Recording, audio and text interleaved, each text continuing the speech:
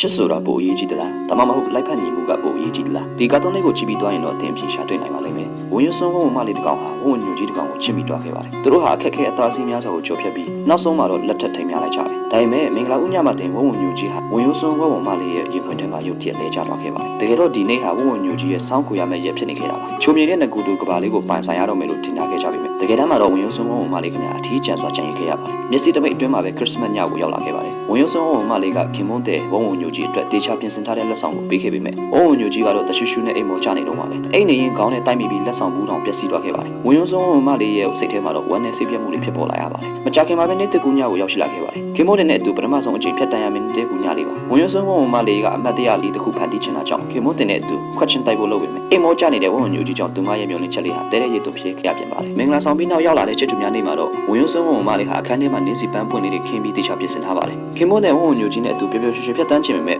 ဝုံညူကြီးရဲ့အသက်ရှူထုတ်လိုက်တဲ့လေကြောင့်ရိုမန်တစ်ဆန်တဲ့အငွေအသက်တွေပျက်စီးသွားခဲ့ရပါတယ်ဝင်ရွှန်းဝုံမလေးခင်ဗျာမပြောပြတတ်အောင်ဝမ်းနဲ့ကြေခွဲသွားရပါတယ်ခင်မွန်းနဲ့အတွဲရိုက်ထားတဲ့ဓာတ်ပုံကိုကြည့်ပြီးသူမရဲ့ရွေးချယ်မှုကမန်ဟောမန်ရလာလို့တန်တရားဝင်လာမိပါတယ်ဘေးနားမှာဟောက်တန်တွေပေးပြီးအိတ်နေတဲ့ခင်မွန်းကိုကြည့်ပြီးသူမဟာသူတို့နှစ်ယောက်ရဲ့ဓာတ်ပုံလေးကိုဖက်ကတိတ်လေးလဲချလိုက်ရရှာပါတယ်ရင်ထဲမှာဝမ်းနဲ့မှုတွေပြင်းနေပေါ့နောက်တနေ့မနေ့ရောက်တော့နေအောင်ချီကအခန်းထဲကိုဖျားချလာပါတယ်ဝင်ရွှန်းဝုံမလေးကထုံးစံအတိုင်းဘေးကခင်မွန်းကိုဖတ်မယ်လို့တော့ဘယ်သူမှမရှိတော့ပါဘူးခင်မွန်းအန်ဒီတစ်ခုဖြစ်မှစိုးရင်ပြီးအပြင်ထွက်ရှာတဲ့အခါတကားဖွင့်လိုက်တဲ့အချိန်မှာတော့သူမချက်တည်တည်သွားခဲ့ပါတယ်လပေါင်းများစွာကြာပြီးတဲ့နောက်ခင်မွန်းဟာစောင်းခိုရာကနေနှုတ်ထွက်လာခဲ့ပါပြီသူတည်တည်ချာချာပြင်ဆင်ထားတဲ့အခန်းအပြင်ဆင်နဲ့စပွဲပေါ်မှာတင်ထားတဲ့နောက်ကျနေတဲ့လက်ဆောင်သုံးခုကိုတွေ့လိုက်ရပါတယ်တကယ်တော့ခင်မွန်းကအကုန်လုံးကိုသိနေခဲ့တာပါဘိုးညူကြီးရဲ့မျက်နှာပေါ်မှာအားနာမှုတွေအပြည့်နဲ့ဖြစ်နေတာကိုမြင်နေရတဲ့အချိန်မှာဝင်ရွှန်းဝုံမလေးရဲ့ဝမ်းနဲ့စိတ်တွေကချက်ချင်းပျောက်ကွယ်သွားပါတော့တယ်အချစ်ကြောင့်မလို့သူမဟာသူတို့နှစ်ယောက်ကြားကမတူညီတဲ့ကွာခြားချက်ကိုလက်ခံပေးခဲ့တယ်လို့အချစ်ကြောင့်မလို့သူကလည်းသူ့ကြောင့်ဖြစ်ခဲ့ရတဲ့ဝမ်းနဲ့စရာတွေအတွက်အရာအလုံးပေးဆက်ပြီးပြန်လည်ကုစားပေးဖို့ဆန္ဒရှိနေခဲ့ပါတယ်အကယ်၍ကိုချစ်တဲ့သူတယောက်ကိုရွေးချယ်ပြီးအတူနေမယ်ဆိုရင်တယောက်နဲ့တယောက်မတူညီမှုတွေကြောင့်စိတ်ညစ်ရနိုင်ပါတယ်ဒါပေမဲ့ကိုနဲ့တင့်တော်တဲ့သူနဲ့ဘဝကိုဖျက်ဆီးမယ်ဆိုရင်တော့ဒီလိုတူးကဲတဲ့